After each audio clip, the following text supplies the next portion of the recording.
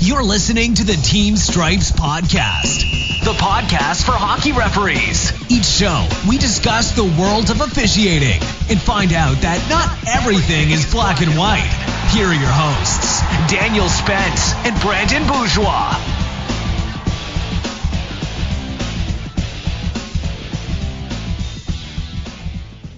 Hey everybody, welcome back to another fantastic episode of the Team Stripes Podcast. We hope you guys have enjoyed the last few episodes, including last week's with TJ Courtney and Mike Kehoe, which got a lot of positive feedback.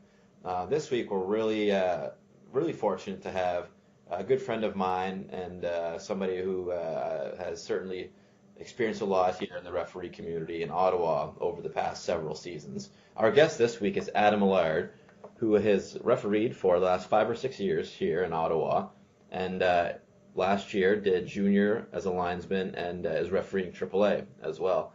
He's currently a university student completing his studies, and we are really happy to have him on the show. So Adam, welcome to the Team Stripes Podcast. Thank you very much for having me, Brandon. I really appreciate it. Yeah, so I guess you were telling me earlier you just finished some exams for school. How did that all go? It went pretty good, to be honest. I had a couple of exams, and I also had a few papers to write. So I ended up not procrastinating too much, but got them done, and still waiting to hear back on how they actually went. But, it's summertime now, making a little bit of money at working and some spring hockey refereeing, and kind of going from there. Yeah, so tell me about that. You were just you were telling me you also did some spring hockey this weekend. What's that all about? Yeah, so it was kind of after the end of the season, so all the spring AAA kids and I guess AA kids as well get together and they form their teams. And I had a friend, close buddy from District B, so my home district, who I guess he's kind of in the loop of all the minor hockey spring stuff. So he gets to sign a few games every spring and early May. So I was thankful to be given a few Saturdays and a few Fridays for the last 3-4 weeks of games, about 7 games a day. So I get out there and with some of the guys and have a good time for a few hours and make a good money. So what age group would that be? So this was it actually went from all the way down to the novice, Adam, Pee-wee, and Bantam. So I didn't have any of the midget stuff, but the last couple of weekends it was just the strictly Bantam and Pee-wees, which was a little bit better than just having the novice and Adam kids out there, but you can talk to them a little bit more, and it was good.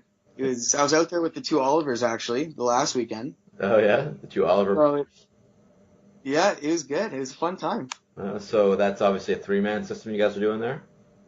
Yeah, actually we changed it up a little bit this last weekend. Instead of doing just the general you got your 1 referee, 2 lines. We actually just did it with 2 guys with the stripes, and then working the modified 3-man system with 1 guy in the lines. So it was different. We've all worked at some different stages, not any minor hockey stuff, but kind of just out and about reffing exhibition games and such. We've done it before, but it was a learning experience, that's for sure.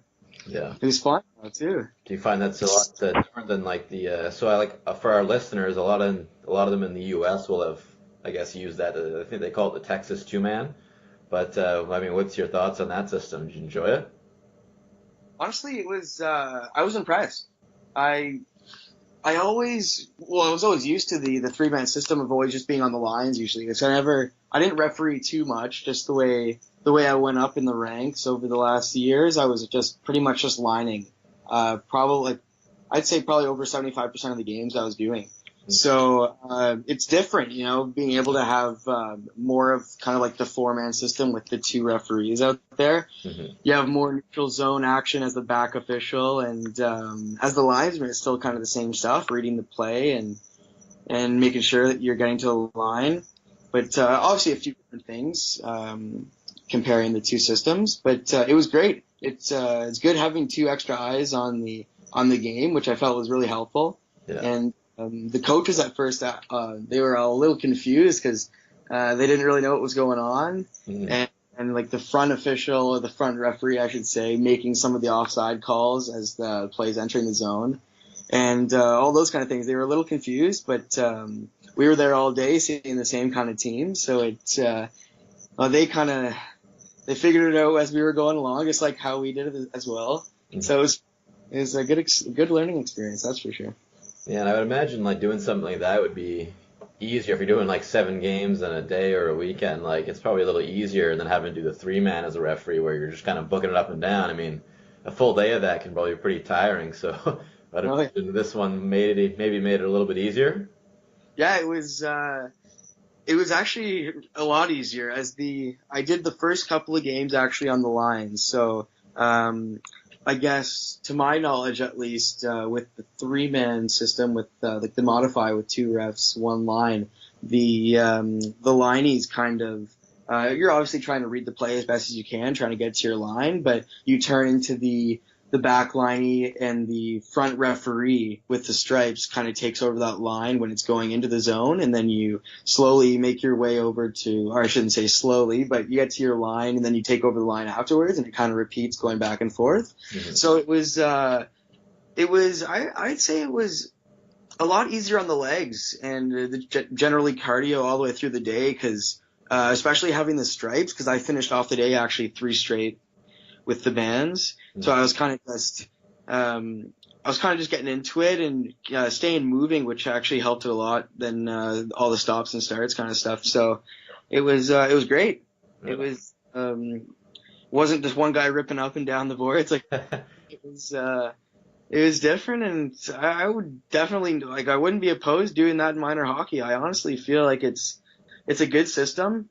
It obviously gets a little bit more tight on offside calls, because with the referee, he's kind of backing up into the zone more like a 4-man referee would be doing it, and he still has to kind of cover that line. Mm-hmm.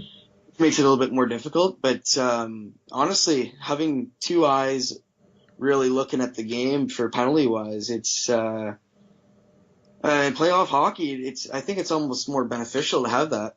Yeah. Okay. No, it's I know when I played, it was sort of that's when I played in the U.S. for prep school. Like that was the system we used, was the Texas 2-man, and it was good for penalties, I guess, because you had 2 sets of eyes. But like you're saying, it's a little tougher on those offsides and icings, I guess, to kind of judge. But anyways, switching a little bit. So as I was mentioning in the introduction, you're in is it your 5th or 6th season, or is that correct?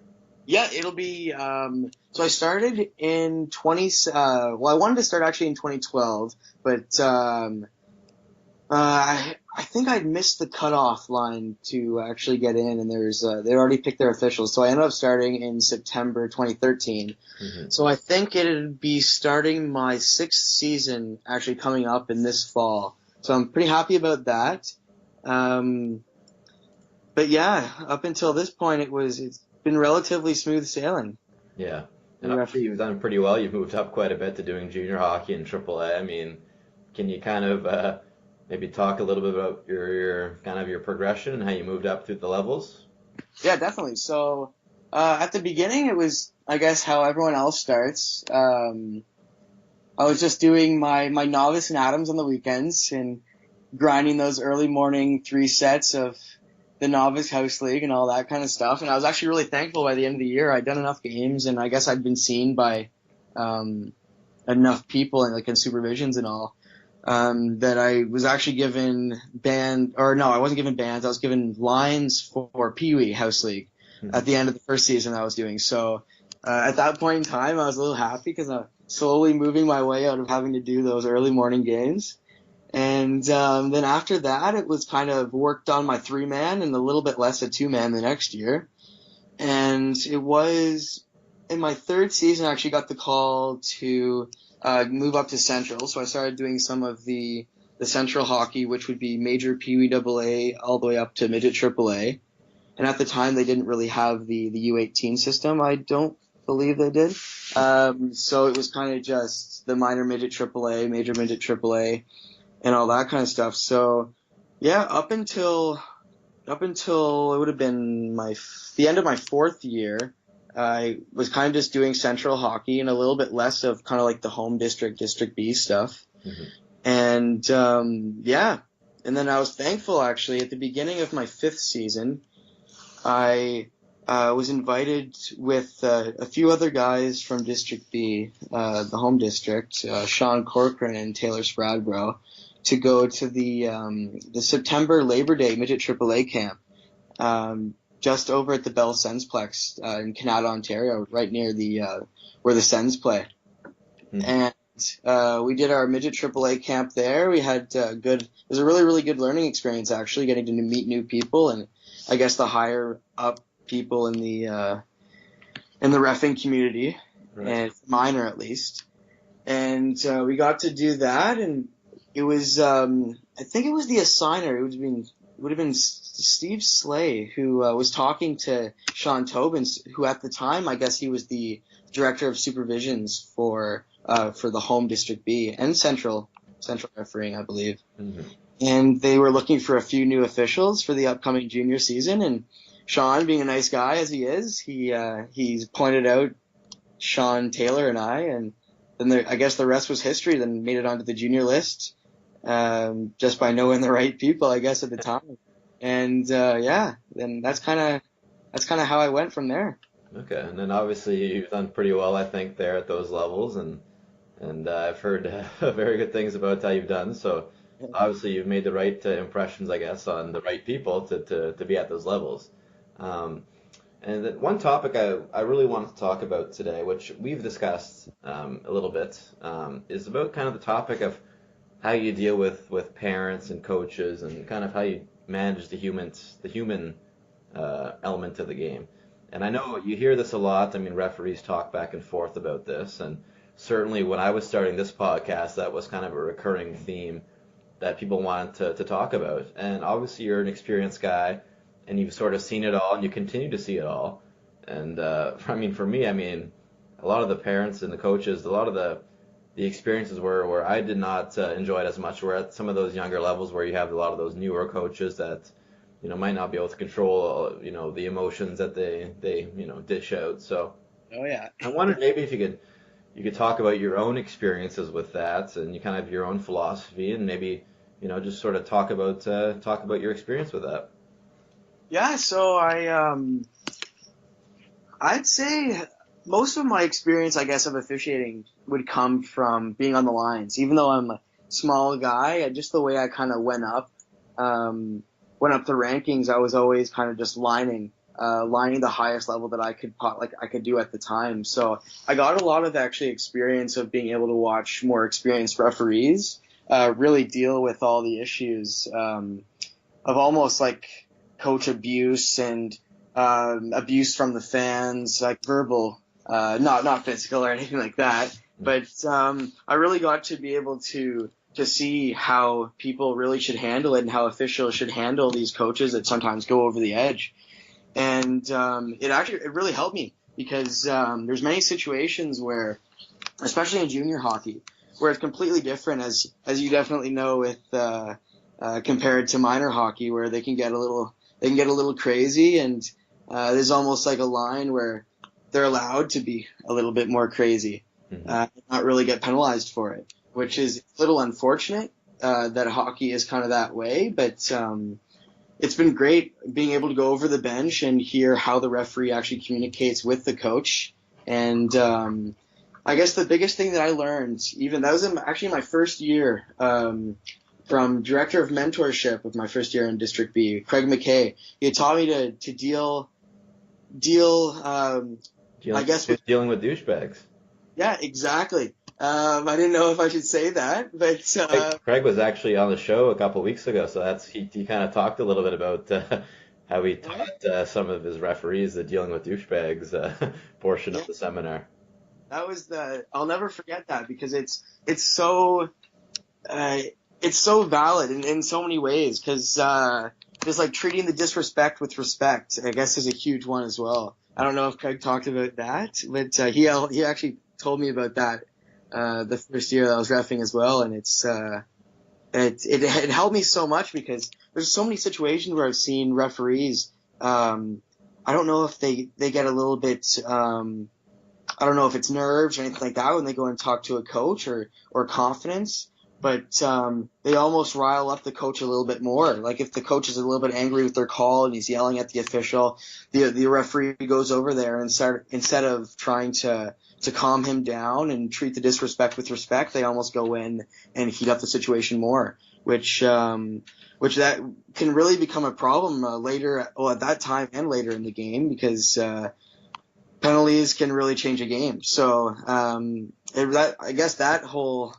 the dealing with douchebags and treating disrespect with respect is probably the biggest thing that I've actually learned from refereeing.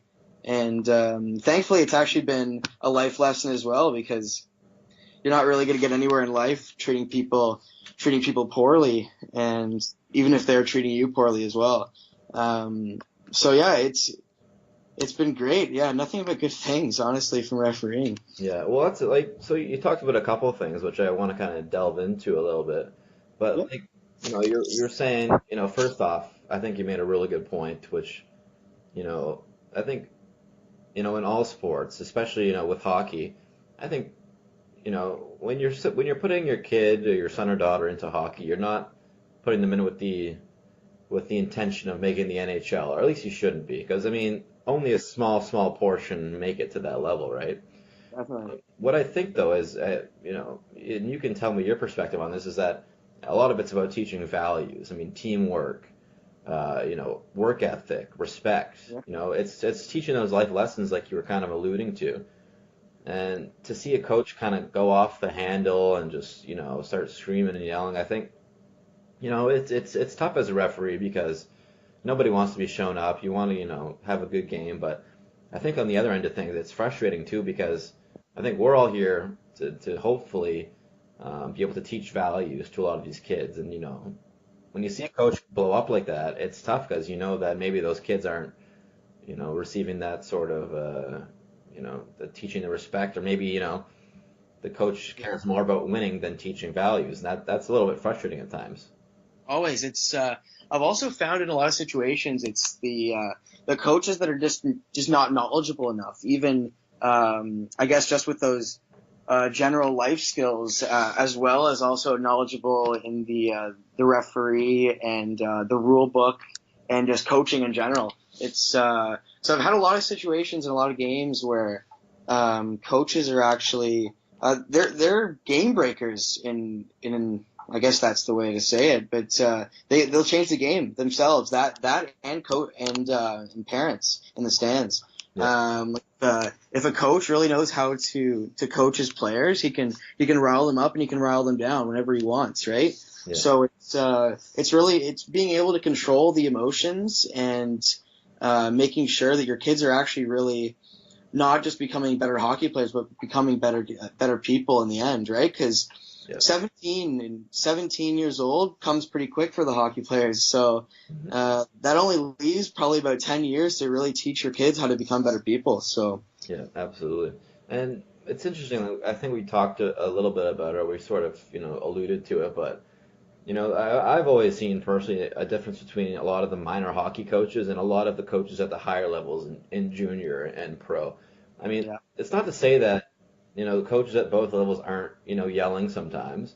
At junior it happens all the time, but I find they kind of pick and choose their battles. A lot of the time, not to justify it, but a lot of the time if they're yelling, it's there's a good chance maybe you missed something or there's something controversial that happened. At least you can kind of address it, right? Yeah. Whereas I've found in minor hockey that the yelling, it happens for a lot less. There's a lot less reason for it to happen, right? It could be something very simple that is not a penalty, or whatever. There's a much smaller fuse, I guess, for a lot of these coaches, which I think is frustrating. Yeah, I actually had a specific example that I was thinking about a little bit earlier in the podcast, but it was a situation I had. It was a major midget rep game. This would have been probably 2 years ago now. And just a textbook example of coaches, I guess, at a relatively lower level than junior or anything above junior,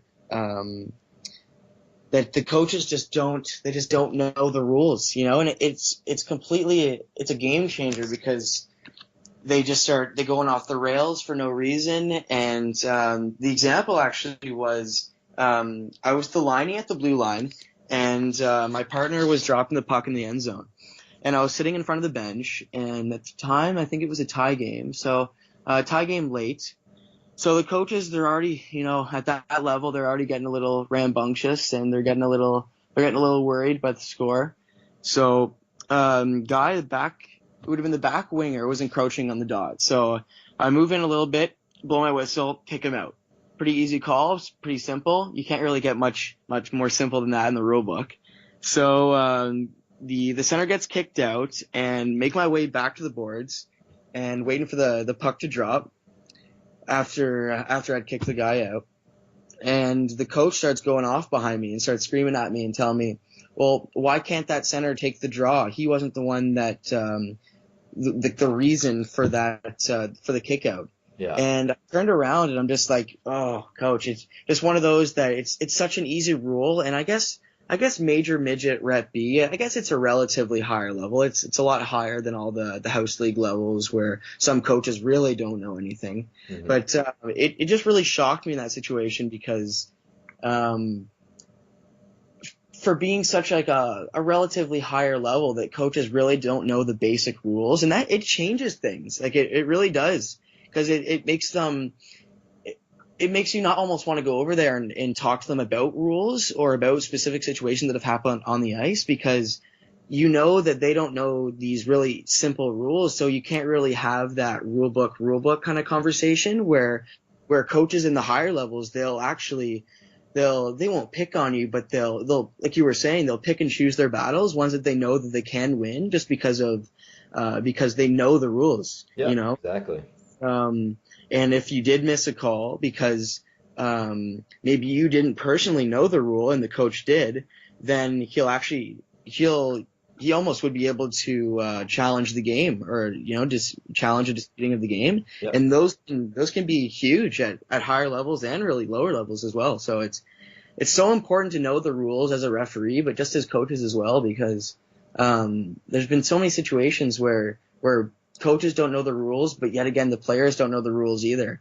So they start kind of yapping on the ice about wanting this called and wanting that called, but then you can kind of just turn to the kids and you can end the conversation really quickly, because it's just something that really they should know. Just because they're not the ones enforcing the rules, it just helps to know the rules. It makes everything flow so much better. And yeah, no, I totally agree with you, and like. Really to drive the point home, which I think you touched on again, is that a lot of these coaches, getting fired up or getting into arguments is I don't want to blame it on the coaches. I'm not saying the coaches are at fault and the referees are angels or whatever, but a lot of the time at the lower levels, it's because of that lack of rule knowledge, where we're talking about how at the higher levels, if there is a coach that argues, it's generally more on a judgment call. Where there's different interpretations of, what happened, did he catch him with the shoulder to the head? Was it shoulder to shoulder? Did it ride up? But, it's those little sort of judgment calls as opposed to rule book things. Or if, and then you're talking about the situations where, hopefully a coach doesn't know the rule book better than you do. But I have heard of situations in playoffs where, something gets misinterpreted and there's a big issue where they have to replay a game or something. It's obviously very rare. Yeah. It does happen. And I wanted to come back to one thing you were talking about. You're saying how not to sort of, you can't control a coach, right? Yeah. Sometimes there's different personalities. You can't control them. But you're talking about how sometimes a coach might get upset, and you don't want to inflate the situation. I mean, do you have any tips that you've kind of learned throughout the years to not have that happen? I'd say if I was refereeing the game and I had the bands, I think that one big thing that I actually found from one of the more experienced referee that I'd worked with would be prior to the game, really just introducing yourself and getting them to come down to your level on the bench, and just really turning it into more of just a man-to-man conversation, kind of saying things along the lines of, hey coach, my name's Adam. what's your name? Kind of just having a little bit of a conversation beforehand, letting them know that, yeah, I'm human. I'll do the best that I can during the game. I want you to do the best that you can do for your players during the game. And if we have any issues throughout this 60 minutes or 90 minutes that we have together here, that I'll come over to you and I'll talk to you, but I want it to be like a civil conversation. I don't want it to be a yelling fest. Even if you're yelling at me, I'm still not going to come over and yell at you. I'll try to calm you down, but it just creating that the little bit of communication prior to the rapport, I think you're looking for that word. Yeah, exactly. Just being able to really just get on the same page. And some coaches really get it, and some unfortunately really don't. And it's a learning experience for both referees, because I've also found that a lot of referees they have their own ways of kind of doing this. Some don't really like to have that conversation with the coaches beforehand. Yeah. And just letting the game flow as it does, and then deal with situations when they occur. Yeah. But I'd say personally, in my from my experience, it really does help building that rapport, like you're saying, because there's nothing worse than getting to a point in a game where you've barely ever talked to any of the coaches, and then it gets down to a situation where they're just screaming at each other on the ice. And up until that point, you really didn't talk to each other. Just general communication verbally and even just physical is huge. Yeah. And, like, just to build off that, like, there's always a few things that I've learned along the way, too. Like, one thing I've noticed, and I'm sure you've sort of noticed it, too, is that, a lot of referees, especially when they're starting out, are, a lot of them might be, 15, 16 years old that are going against, what are 30, 40-year-old men. And that might be a pretty darn intimidating situation to have to give a coach a bench minor or, on a sportsmanlike conduct. I mean, do you think that's part of it too? Definitely. It's even me personally. When I started off, I'd say I didn't even give a bench minor to a coach that was yelling up until probably would have been my second year. And I think it was just because it's all about confidence, just being confident in your ability, and just generally just confident, because you're going to be going up against coaches that have almost like 2 decades on you, and being 14 or 15 years old, or some people, I know Sean Corcoran actually started when he was 12 or 13. So it makes a huge difference. But what I've also found is the mentorship program, which actually we started off, for me in my first year, being paired up for a few of your first games at least with a mentor that's been doing it for years. It really, really does help, because it really does gives the new official confidence to be able to make his own calls and visually see how coaches in those situations are supposed to be handled the correct way. And me personally, I know I'm a visual learner.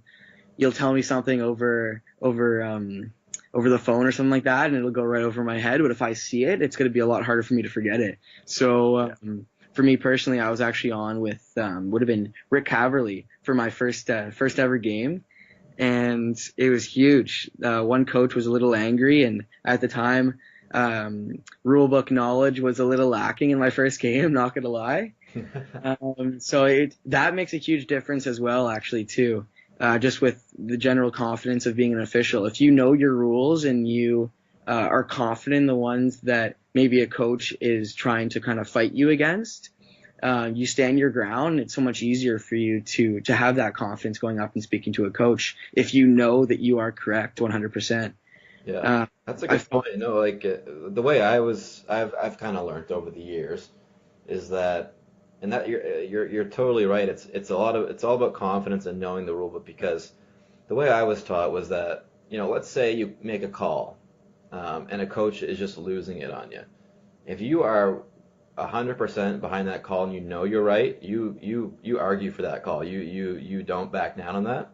Not to say you inflame the coach, but you really say that's the right call.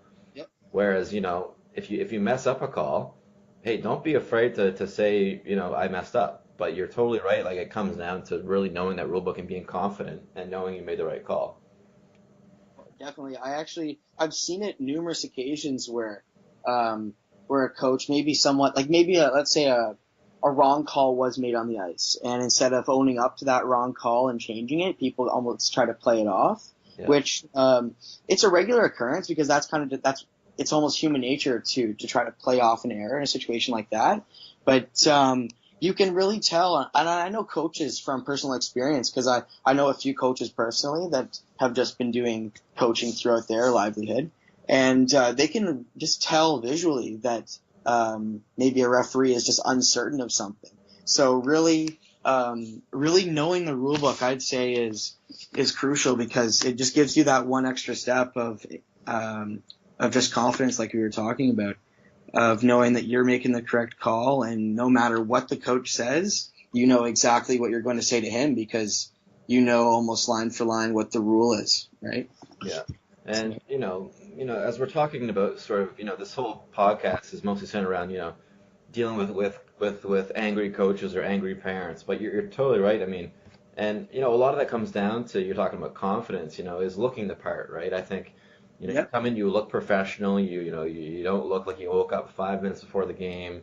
You come in professional, good posture. You're not slouching. You look like you want to be there.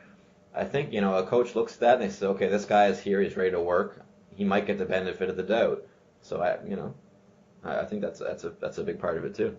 Yeah, I'm a little OCD actually when it comes to all the appearance and all that style kind of. I've always been like that. So I knew coming from playing hockey initially that I wanted to become a referee, that I wanted to look as good as I possibly can. And even coming into the games, like you said beforehand, looking as professional as possible. And then when you get out onto the ice, those first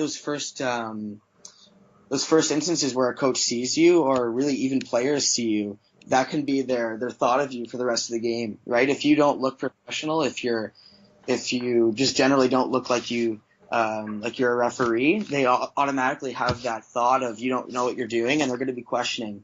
They're going to be questioning your calls, no matter how much knowledge you have, right? Yeah. So it's so important, and I can't stress that enough, to have as good a style as possible. And it might sound weird, and depending on which way you look at it, but it's just looking good. Really, it helps your performance. It's feel good or look good, feel good, play good. Yeah. Anything to boost your confidence, because at night having a good little swagger out there, it's a game changer. And people. Yeah, and I was gonna say it's interesting because it's funny you're talking about this, and I'm sort of brought back to the story I was reading. It probably was a couple of weeks ago about, where did the black and white stripes come from for referees? And, do you know what it was before? Whatever sport, do you know what they used to wear before they wore the black and white striped shirts that we have today? I don't actually know, to be honest. So a lot of the old school guys used to wear, a nice sweater, and then they'd have a shirt and tie on underneath. Oh, nice. Right? So you look at those old games, they had the shirt and ties on, the old black and white games on TV or whatever. The old photos for the NHL. And I was like, oh, that's odd. And then the story I was reading, it was talking about how the referee wanted to come in, looking professional, and because that professionalism gives you an air of authority around you, which makes sense to me, and that's kind of exactly what you're saying, right? Yeah. But this is a lot of the stuff we're talking about is, it's dealing with you're presuming you're dealing with professional coaches as well. But, again, sometimes you'll have those coaches that just, it's you can't really manage them that well. It's just, it'll be an ongoing battle. And, I think there's a lot of listeners out there that know what I mean, that, sometimes there's those coaches that just are not reasonable. They'll just argue for the sake of arguing.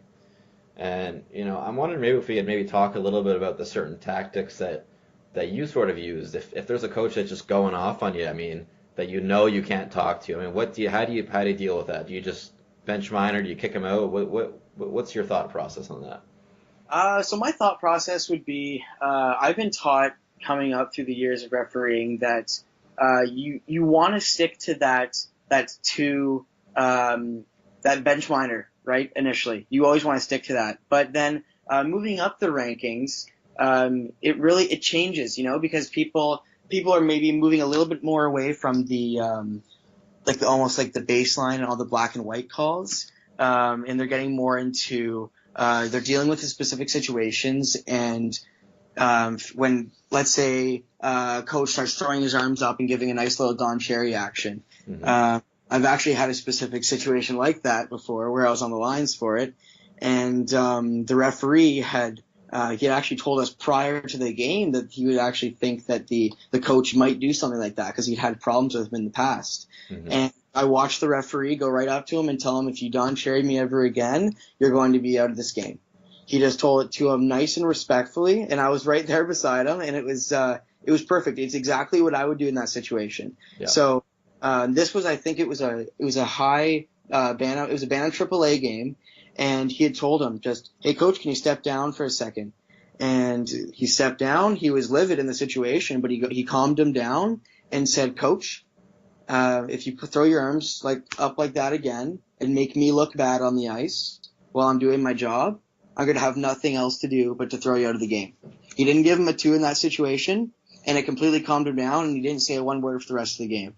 So it's almost finding that line of you want to keep the game flowing as much as possible, but you want to make sure that you're not getting humiliated at all on the ice, right? You're the authority, and the coaches, realistically, they're just like the players, right? They're just players in the game, and we're the law. So we got to make sure that we never get talked down to. We got to make sure that we're never embarrassed in front of the people, because at the end of the day, we're the ones that make sure this game runs smoothly, right? Yeah. So we want to keep a rapport with the coaches, and we want to make sure that in times when we see these coaches again, and when we see these players or fans again, we want people to know that this person's professional, or they know what they're doing. They can stay calm in situations, and I guess generally they're just professional individuals, which is the biggest key. But yeah, I'd say I'd personally stick to giving the bench minor if you feel it's warranted before you were even going to think about kicking the coach out. But then again, it always depends on how severe a coach reacts to something. If he's standing up swearing at you, you have no other option but to kick him out of the game. Yeah. But if you think it's a situation that you can control, maybe with just a bench minor, then feel free to give him that bench minor. And if he does it again, then you know what to do, right? Yeah. So, yeah. And one thing that I've sort of learned, and when I was starting out, this wasn't part of my thought process. I mean, sometimes when you get in an argument with a coach, your natural tendency is to stand there and hold your ground and, sort of have a standoff with them. But one thing I started to appreciate, especially in a 4-man system, is if a referee calls a penalty, and the coach is going to be incensed. It doesn't have to be a bench minor, but it could be something, a trip or a hook that the coach is not going to like. Don't sort of stand there and sort of wait for him to say something. I mean, call your penalty, go to the corner lineup for the face-off. I see it a lot where I see referees that they'll call a penalty, they'll do their line change, they'll sort of wait for him to say something, and he's upset. But, if you sort of force that confrontation, it can really lead to some bad spots. So I think one thing that I've really learned is you call that penalty, just skate away. Don't give the coach a chance to blow up. Yeah. If you can keep him in the game, if you can keep him from blowing up, I think it serves the game pretty well. So that's one thing that I've learned. I don't know if you've ever heard of a similar sort of strategy or tactics in that regard, but definitely, it's almost like the exact same thing. It's almost like the referee, depending on how the coach really acts during a game, is the deciding factor whether or not a coach can stay or a coach can go, right? So it's you're giving him by making that call, and he's going to be unhappy with you, and you can just sense that he's getting a little angry, or maybe he can be crossing that line really at any point in time. You want to get away from him as much as possible. Don't even give him that second to potentially say something to you, which sometimes in some situations, even if you don't want to throw them out, you kind of have to, depending on what they do, right? So it's not giving them the time of day in some situations, but yet again, you have to give them that time of day in other cases, because Well, just generally, you want to keep that rapport, right, with the coach. Absolutely. No, I think it makes it's part of being a good referee. I mean, Yeah. I think we talk about it a lot as referees. How there's really a lot that goes into it. I mean, it's not simply knowing your rule book. I mean, you can referee like that, but it's when you really get past that and you start to understand the emotions involved in the game, the flow of a game, when you should, start calling penalties, when you should back off and let them play a little bit. And I think that's a huge part is understanding emotions, right?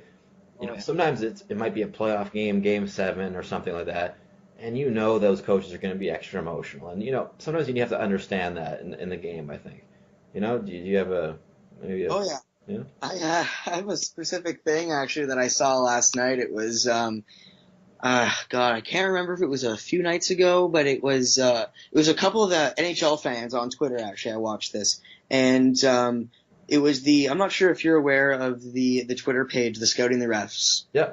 For the NHL. Yeah, so they do a lot of good things, and for any of the listeners, it's actually a really good source of information. They post a lot of funny things, a lot of helpful rules and all those kind of things. But anyways, it's all to do with the NHL, and I think the AHL has one too. Yep. But yeah, it was a couple of Twitter fans were enraged with the fact that the NHL referees are doing a terrible job, and there was actually a video posted, just like a little quick GIF of it was actually Boston and Toronto. And it was a situation where Marchand hit the back of Marner's head. I don't know if you saw the video of that. I don't think I did, no. He was pushing him down to the ice, and it was really just a playoff little battle for the puck in the corner. So if you really go rulebook wise in that situation, you have about probably 6 to 7 minor penalties, right? But in that situation in the playoffs, the NHL, that Twitter account stepped in and said, no, the referees didn't miss all those calls. They just chose not to call them, right? In the playoffs, in some ways, some people see it as the game should be called black and white all the time because then it keeps it consistent for the players and coaches, right? But I love the fact that when we get into playoff hockey, it's really just a feel for the game for the referees. It's you got to make sure that you're making the right calls, but you also got to make sure that you're not kind of screwing over a team, right? Yeah. It's, by making maybe too many calls or calling a weak one somewhere and then letting it go in another situation can really change the game. But yeah, it's God, I'm trying to think of which I was going. I think you're totally on point, and I think to sort of bring it back to what we've been talking about, dealing with angry coaches, players, parents, it's really like tying it to really understanding the emotions at play. And I think that's kind of what you're talking about, is sort of understanding this, what's happening beyond the game itself, right? What the guys are thinking. And, to kind of wrap it up, because we're in the last, bit of the podcast here, but, I'm sure there's a lot of listeners out there that are listening to this, and they're saying, okay, these are great tips for me that I'll be able to use. But, I mean, we hear about the statistics every year about, how, 50% of all new referees won't come back the next year. And there's, you can have all these tactics on how to deal with coaches. But, I mean, there's a big psychological part. There's an emotional part that some referees that are starting out are just, terrified of the idea of a coach yelling at them. Or they, if a coach blows up on them, they it stays with them for a while. Can you maybe talk about how you approach that in your first few years and what you think? What advice would you basically give to these new referees that are going to have it happen to them, and then you want them to react positively? Yeah, me personally, that would be when I came into refereeing. I never really thought about the whole situation of getting yelled at by anyone. Like you see it on TV almost as it being the norm to happen in sports, right? Where referees are almost not considered human and they're just yelled at. But I came into refereeing thinking that I'd be able to deal with it to an extent where it wouldn't really affect me. So I'd say my first couple of games there, I never really got yelled at if I remember correctly. But if I could give like a tip to all the first year officials or even second-year officials who maybe are a little scared of coaches, I'd say, just trying to think back to experience here, I'd say I have to go back to what I was talking about earlier in the podcast, is just really being as confident as possible in your abilities.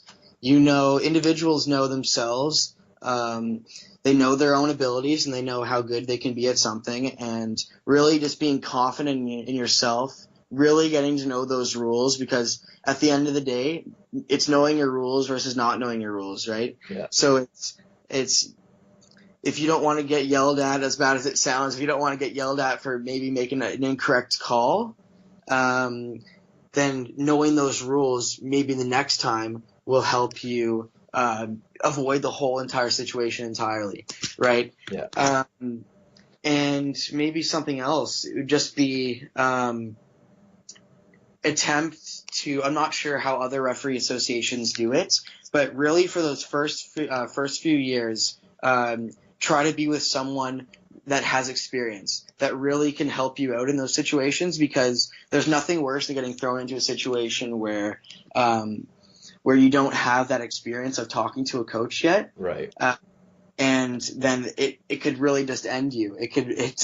Honestly, because coaches can be pretty nasty sometimes. Yeah. So it's being able to have that experienced official there to guide you through at least the first couple of times of communicating with a coach and players as well. I can't say anything, like, it's just a game changer.